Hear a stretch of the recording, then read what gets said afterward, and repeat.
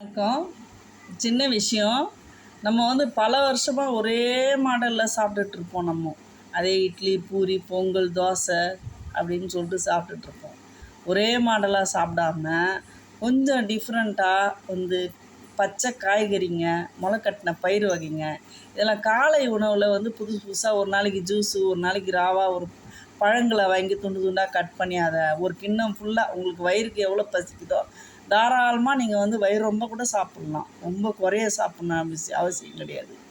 நம்ம உடம்பை குறைக்கிறேன்ற பேரில் சில பேர் சாப்பிடாமல் இருப்பாங்க. சாப்பிடாமல் இருக்காதீங்க. நம்மளுக்கு சத்து கண்டிப்பாக தேவை, தெம்பு தேவை. அதனால் நீங்கள் உணவு மாற்றம் பண்ணி நீங்கள் சாப்பிட்டு பாருங்கள்.